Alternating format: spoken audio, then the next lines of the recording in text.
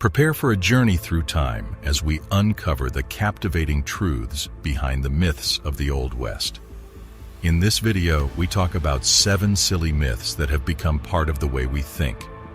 Let us find out the truth about these long-held myths and the real stories that shaped one of the most famous times in history. Myth 1. Settlers and Indians fought all the time. Native Americans and average American pioneers traveling in covered wagons did not often fight with each other. Even though many pioneers, in the hundreds of thousands, made the difficult trip through Nebraska, only a small number, about a few hundred, died in fights with Native American villages. It is important to point out that this number is very different from what most people think. The real number of people who died because of these wars was not in the tens of thousands or even in the thousands. Instead, it was between 300 and 400. To give you a bigger picture, the overall number of recorded deaths of pioneers along the Oregon Trail, including deaths from disease and other causes, was between 10,000 and 30,000. So, Native Americans were only responsible for 1 to 4% of all trail deaths. Interestingly, it's worth considering that more lives may have been lost due to unfortunate accidents, such as accidental encounters with their own cattle. On the other hand, during the same time period, over 400 Native Americans died because of the actions of newcomers. Even though this is true, it shows that most pioneers did not fight with Native groups. Myth 2. Cowboys are an American invention. Contrary to what most people think, the idea of cowboys did not start in the United States. In fact, they were around more than 20 years before the Pilgrims landed on Plymouth Rock. This means they are older than the United States itself. Vaqueros, who were Mexican horse herders, were the real people who started the cowboy way of life. Vaqueros were the ones who came up with all the cowboy words, like bronco, lariat, and stampede. They were the perfect example of what people think of when they think of cowboys. They drove cattle for long distances along rough trails, and it is possible that their unique sombreros were the first cowboy hats. They also wore chaps, put on rodeos, and lived the lifestyle to the fullest. While vaqueros were cowboys for nearly 2 centuries, their legacy often remains overshadowed by history. When Americans moved west, these vaqueros knew enough about the land and animals to help teach the new cowboys what they knew. But the newcomers took the cowboy way of life and ran with it, even changing the word vaqueros to buckaroos. Even though Hollywood might make you think so, not all cowboys were white men. According to statistics, 1 of every 3 cowboys was a Mexican vaquero. 1 in 4 is thought to be a black man who was freed from slavery but could not get far away from his old masters. Myth 3. Bandits who stole money from banks ran the Old West. Butch Cassidy, the Sundance Kid, and the Dalton Gang were known for their bold bank robberies, in which they stole huge amounts of money. Surprisingly, there is only proof of about 8 real bank robberies in 15 states over the course of 40 years. This number is nothing compared to the shocking 5,600 bank crimes that happened in 2010. Such a number would be surprising even for people who do not know much about Western movies. First of all, the towns of the past were small, so important buildings like the sheriff's office, saloon, general store, and bank were often close to each other for ease. This cluster of important businesses was usually the center of the settlement. Since the sheriff's office was usually only a few doors away, you were probably pulling off your big robbery while the police could hear you. Second, getting in and out of the banks was not easy. Most buildings in the Old West were made close to each other, so banks were often surrounded by other buildings. Also, the strengthened back walls made it hard for anyone to get in without permission. When a thief left the bank with stolen money, the sheriff was waiting just outside.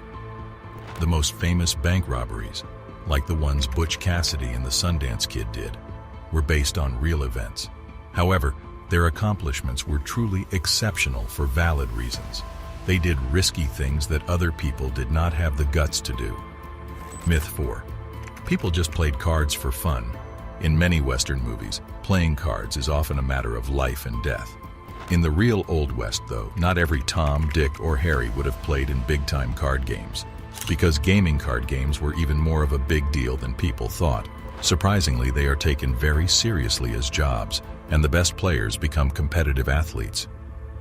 Throughout the Old West, Establishments such as gambling halls, brothels, and saloons were dedicated to hosting professional card games and events.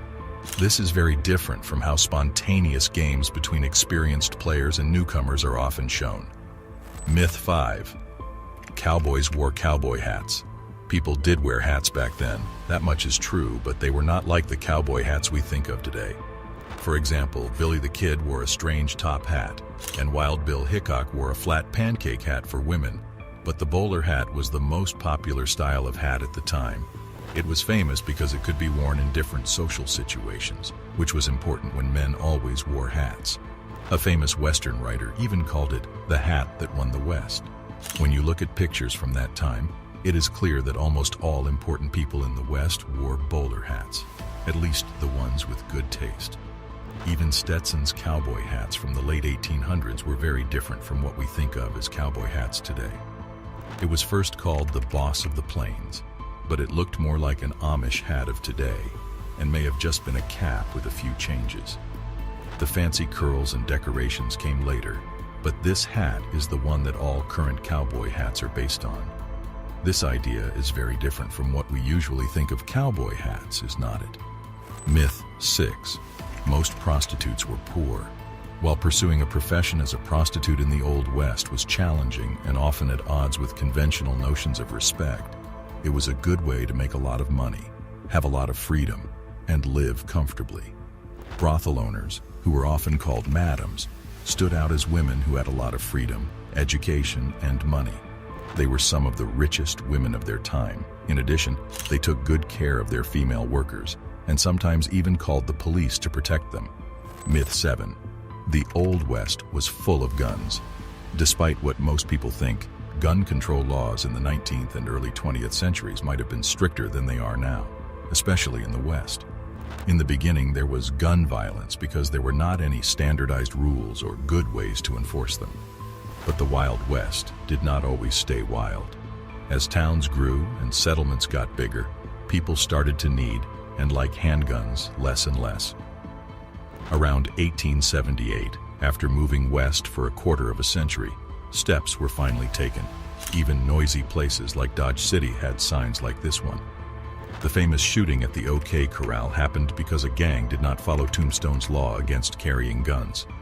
However, the six-shooter of that era was, in fact, relatively safe to use. They used a simple cap and ball method to move a projectile that looked like a marble with black powder. The typical gun of the time, an Adams revolver, was effective at about 50 feet, but firing it could burn your hand, so you had to be sure you wanted to shoot. So even among gun users, the six-shooter was not a favorite. It was more of a last resort tool. Shotguns and rifles were the best choices because they had enough power and range to kill a big bear. But picturing men fighting at noon with big shotguns in a Western setting does not really grab people's attention. What are your thoughts on the video? Feel free to share in the comments below. If you found this content engaging, don't forget to show your support by liking and subscribing before you leave. Thanks for watching.